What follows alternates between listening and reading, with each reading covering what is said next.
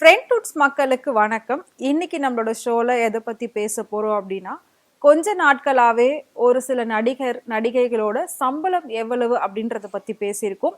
அது மட்டும் இல்லாம சென்னையில யார் ரிச்சஸ்ட் பர்சன் அப்படின்னு அதை பத்தி எல்லாம் பேசியிருக்கோம். நிறைய நடிகர்கள் வந்து கோடி கணக்குல சம்பளம் வாங்குறாங்க, கோடிகளை தாண்டி 100 200 கோடிகளுக்கு மேல வாங்கிட்டு இருக்காங்க அப்படின்றது எல்லா விஷயத்தை பத்தியும் நாம பேசியிருந்தோம். ஆனா இது எல்லாமே பெரிய திரையை வச்சுதான் நாம பேசணும். ஆனா சின்ன திரையிலுமே பாத்தீங்கன்னா பல நடிகர்களுக்கு ஈக்குவலான சம்பளங்கள் வாங்கிட்டு இருக்கிறதா நமக்கு ஒரு இன்ஃபர்மேஷன் வந்திருக்கு.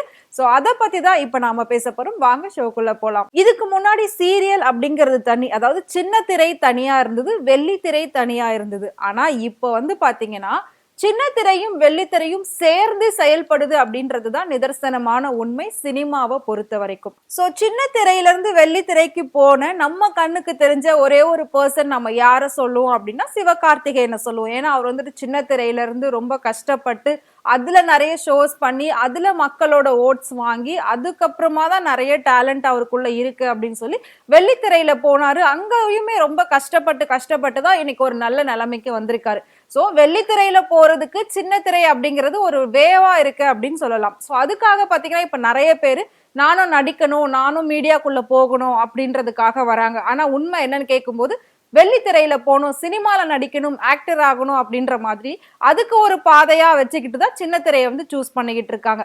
ஆனா எந்த விதத்திலையுமே வெள்ளித்திரையை விட சின்ன திரை எங்கேயுமே குறையல அப்படின்றதுக்கு ஈக்குவலா பாத்தீங்கன்னா சம்பள பட்டியல் முதலா எடுக்கும்போது சம்பள பட்டியல் தான் வந்து ஃபர்ஸ்ட் லிஸ்ட்ல இருக்கு. ஸோ அது என்ன அப்படின்னா பல நடிகர்கள் வந்து ஒரு நாளுக்கு 1,00,000 ரூபாய் 2,00,000 ரூபாய் சம்பளம் வாங்குறாங்க. ஃபார் எக்ஸாம்பிள் காமெடி ஆக்டர்ஸ் அப்படின்னு சொல்லலாம், சப்போர்ட்டிங் ஆக்டர்ஸ், இவங்கெல்லாம் வந்து வெள்ளித்திரையில ஒரு நாளைக்கு 1,00,000 2,00,000 குறைந்தபட்சம் சம்பளம் வாங்குறாங்க.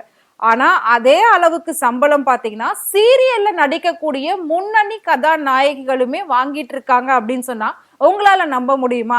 ஆமா, அப்படிதான் வாங்கிட்டு இருக்காங்க. சோ அந்த பட்டியலை தான் இப்ப நாம பார்க்க போறோம். அந்த வகையில முதல் இடத்துல யார் இருக்காங்க அப்படின்னு பாத்தீங்கன்னா லாஸ்ட் இயர் வந்து ஃபைண்ட் ஆஃப் த இயர் அப்படின்னு அவங்க வந்து ஒரு அவார்டு கூட வாங்கியிருந்தாங்க. ஏன் அப்படின்னா அவங்க ஈரமான ரோஜாவே அப்படிங்கிற ஒரு சீரியல் மூலயமா பயங்கர பிரபலமா பேசப்பட்டாங்க. அந்த சீரியல்ல அவங்க வந்து செகண்ட் லீட் ரோல் தான் அவங்க பண்ணியிருந்தாங்க. ஆனாலும் அதுல அவங்களோட கேரக்டர் பெரிய அளவுக்கு ரீச் ஆகி அவங்களோட டயலாக்ஸ், அவங்க எமோஷனல், இது எல்லாமே எல்லாரோட வாட்ஸ்அப் ஸ்டேட்டஸ்லயுமே ஒரு தடவையாவது வச்சிருப்பாங்க. அந்த அளவுக்கு சூப்பரான ஒரு கேரக்டர் பண்ணியிருந்தாங்க சுவாதி கொண்டே. சோ அந்த சீரியல் பண்ணிக்கிட்டு இருக்கும் போதே வெள்ளித்திரையில அவங்களுக்கு சூப்பரான வாய்ப்பு வந்துச்சு. என்ன அப்படின்னா ஒரு படத்துல வந்து அரவிந்த் சாமிக்கு தங்கச்சி கேரக்டர் அவங்க பண்ணிருப்பாங்க, கார்த்தியுமே அந்த படத்துல நடிச்சிருப்பாரு. சோ அந்த பட வாய்ப்பு அவங்களுக்கு வந்ததுக்கு அப்புறமா சோ அந்த சீரியலை இவங்களுக்காக சீக்கிரமாவே முடிச்சிட்டாங்க அப்படிங்கிற ஒரு நியூஸ்மே நமக்கு வந்துச்சு. பட் அதெல்லாம் எந்த அளவுக்கு உண்மை அப்படின்ற தெரியல. சோ ஒரு சீரியல்ல இருந்து வந்த சுவாதி கொண்டு அடுத்து படங்கள் பண்ணி இப்ப மறுபடியும் இன்னொரு சேனல்ல இன்னொரு சீரியல்ல லீட் ரோல் பண்ணிக்கிட்டு இருக்காங்க. அதுல அவங்களோட சம்பளம் எவ்வளவா இருக்கும் அப்படின்னு நீங்க நினைக்கிறீங்க? சோ நானே சொல்லிடுறேன் என்ன அப்படின்னா அவங்க அந்த சீரியலுக்கு ஒரு நாளைக்கு ஒரு எபிசோடுக்கு 80,000ல இருந்து 1,00,000 வரைக்கும் சம்பளமா வாங்குறாங்களாம். எதனால இவங்களுக்கு இவ்வளோ சம்பளம் அப்படின்னா நான் சொன்ன மாதிரி லாஸ்ட் இயர் வந்து ஃபைண்ட் ஆஃப் த இயர் அப்படின்னு சொல்லி ஒரு அவார்ட் வாங்கினாங்க. இவங்களுக்குன்னு ஃபேன் ஃபாலோயிங் அதிகமா இருக்காங்க, இவங்களுக்கான ஃபாலோவர்ஸ் ரொம்ப அதிகமா இன்க்ரீஸ் ஆகிட்டே இருக்காங்க. இவங்களை கொண்டாடாதவங்க யாருமே இருக்க முடியாது தமிழ்நாட்டுல எல்லா வீடுகள்லயும் அப்படின்னு சொல்லலாம். அதனால இவங்களோட வேல்யூ ஒரு நாளைக்கு 80,000ல இருந்து 1,00,000 வரைக்கும் இவங்க சார்ஜ் பண்றாங்களாம் ஒரு எபிசோட்க்கு, ஒரு சீரியலுக்கு. அடுத்ததான் நம்ம எல்லாருக்குமே ரொம்ப பிடிச்ச சீரியல் ஹீரோயின் யாரு அப்படின்னு கேட்டீங்கன்னா கயல். இப்போ அவங்களோட உண்மையான பேர் வந்து சைத்ரா ரெட்டி, ஆனா அதை யாருக்குமே தெரியாது. ஆனா கயல் அப்படின்னு சொன்ன உடனே எல்லார் வீட்லயும் ஒரு பெண்ணா தான் அவங்கள பாத்துக்கிட்டு இருக்காங்க. நிறைய பேர் நிறைய இடத்துல அவங்கள பார்க்கும் போதெல்லாம் நீங்க எங்க வீட்டு பெண்கள் படக்கூடிய கஷ்டங்கள் வந்து நாங்க நேரடியா உங்க மூலயமா பாக்குறோம் அப்படின்ற மாதிரி நிறைய ஆடியன்ஸ் வந்து அவங்களுக்கு செட் ஆயிருக்காங்க அப்படின்றலாம் நிறைய இன்டர்வியூல அவங்களே சொல்லியிருக்காங்க. அந்த அளவுக்கு ஒரு ஃபேன் ஃபாலோவர்ஸ் வந்துட்டு சைத்ரா ரெட்டிக்கு இருக்கு அப்படின்னு சொல்லலாம். சோ சைத்ரா ரெட்டின்னு சொல்றதை விட கயல்னு சொன்னாதான் எல்லாருக்குமே தெரியும். அவங்க நிறைய படங்கள்லயுமே பாத்தீங்கன்னா சின்ன சின்ன கேரக்டர்ஸ் எல்லாம் பண்ணியிருக்காங்க. இவ்வளோ ஏன் நம்ம தல அஜித் கூட வலிமை படத்துல ஒரு சூப்பரான ரோல் வந்து பண்ணியிருந்தாங்க. அதுலயுமே அவங்க வந்துட்டு அவங்களோட பார்ட்டுமே அதுல அதிகமா இருந்துச்சு அப்படின்னு சொல்லலாம். சோ அதனாலே என்னவோ இவங்களோட வேல்யூ ரொம்ப அதிகமா ஏறிடுச்சு அப்படின்னு சொல்லலாம். சோ கயலுமே பாத்தீங்கன்னா ஒரு நாளைக்கு 70,000ல இருந்து கிட்டத்தட்ட 1,00,000 வரைக்கும் சார்ஜ் பண்ணுவாங்களாம் ஒன் டே ஷூட்டுக்கு. ஸோ அவங்க வந்து வெளியில வந்து ஷூட்டு, ப்ரமோஷன், பெய்ட் ப்ரமோஷன் போகும்போது கூட மினிமம் 50,000 அவங்க சார்ஜ் பண்றதா நமக்கு ஒரு இன்ஃபர்மேஷன் வந்திருக்கு. அடுத்ததா எல்லாருக்கும் பிடிச்ச சீரியல், ஆனா அது இப்ப முடிஞ்சு போச்சு, அதோட பார்ட் 2 வந்துகிட்டு இருக்கு. என்ன அப்படின்னா, நம்ம வந்து மெட்டி ஒலி அப்படிங்கிற ஒரு சீரியலை ரொம்ப கொண்டாடணும். தமிழ்நாடு இல்ல, இந்தியா லெவல்ல எல்லாருமே மெட்டி ஒலியை கொண்டாடினாங்க. ஸோ பெண்கள் மட்டும்தான் சீரியல் பார்ப்பாங்களான்னு கேட்டா இல்லவே இல்லை. மெட்டி ஒலி அப்படிங்கிற அந்த சீரியல் வந்து ஆண்களையும் ஈர்த்து உள்ள கொண்டு வந்துட்டாங்க சீரியல்ல அப்படின்னு சொல்லலாம். ஸோ அந்த வகையில பார்க்கும்போது இப்ப வரைக்கும் நிறைய ஆண்கள் சீரியலை வந்து பார்த்துட்டு இருக்காங்க. அந்த மெட்டி ஒலியில ஆரம்பிச்சு இன்னைக்கு வந்து கையல், எதிர்நீச்சல் வரைக்கும் எல்லாரும் பார்த்துக்கிட்டு இருக்காங்க. முக்கியமா எதிர்நீச்சல் வந்து பயங்கரமா போய்கிட்டே இருந்துச்சு. ரியலாவுமே வந்து அதுல வந்து ஒரு சேடான விஷயம் நடந்துச்சு போன இயர்ல. அதனாலேயே என்னவோ அந்த சீரியல் இன்னும் அதுக்கப்புறம் ரொம்ப அதிகமா பேசப்பட்டுச்சு, அதிகமா பார்க்கப்பட்டுச்சு. அதுல நடிச்ச ஹீரோயின் நேம் வந்து சக்தி, பட் உண்மையான நேம் வந்து மதுமிதா. அவங்க ஆல்ரெடி கன்னடால நிறைய சீரியல்ஸ் அண்ட் படங்கள் எல்லாமே பண்ணிருக்காங்க. இங்க சென்னைக்கு வந்ததுக்கு அப்புறமா தமிழ்ல இதுதான் அவங்களுக்கு ஃபர்ஸ்ட் சீரியல். பட் ஃபர்ஸ்ட் சீரியல்ல அவங்களோட சார்ஜ் எவ்வளோ அப்படின்னு பாத்தீங்கன்னா, பர் டே ஷூட்டுக்கு வந்துட்டு 30ல இருந்து 40,000 வரைக்கும் அவங்க வாங்கியிருக்காங்களாம். அடுத்ததா வந்துட்டு எங்கா இருக்கிறவங்க மட்டும்தான் ஹீரோயினா நடிக்கிறாங்க, மத்தவங்களுக்கு எல்லாம் வாய்ப்பு இல்லையான்னு கேட்டா கண்டிப்பா கிடையவே கிடையாது. பெண்களை மையமா வச்சுதான் சீரியல் அப்படிங்கிற ஒரு விஷயமே வந்து இருக்கு அப்படின்னு சொல்லலாம். அந்த வகையில எவ்வளோ ஏஜ்டா இருந்தாலும் பரவாயில்ல அப்படின்னு சொல்லி அந்த பெண்களையுமே வந்து மையமா வச்சு நிறைய சீரியல் ரொம்ப வெற்றிகரமா ஓடி இருக்குன்னு சொல்லலாம். இப்ப வரைக்கும் ஓடிக்கிட்டே இருக்கு. அந்த வகையில பார்க்கும்போது நம்ம எல்லாரோட மனசுலயுமே நின்னது Pandian store and Baakiyalakshmi serial. இந்த 2 சீரியல்லுமே பண்ற லீட் ரோல் பாத்தீங்கன்னா கொஞ்சம் ஏஜ்டு பர்சனா இருப்பாங்க. ஆனாலும் அவங்கள வச்சுதான் இந்த மொத்த கதையுமே இருக்கும். அவங்க தான் அதுல வந்து லீடா இருப்பாங்க.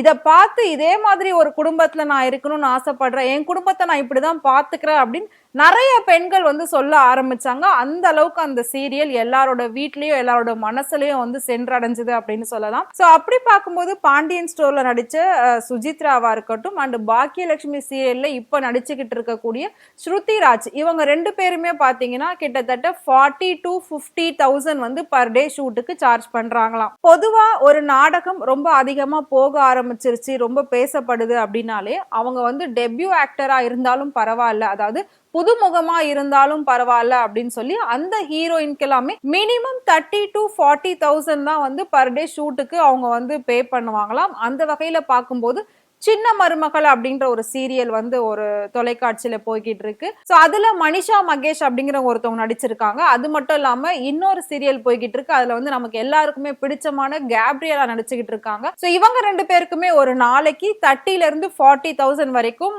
பர் டே ஷூட்டுக்கு சார்ஜ் பண்ணிட்டு இருக்காங்களாம்.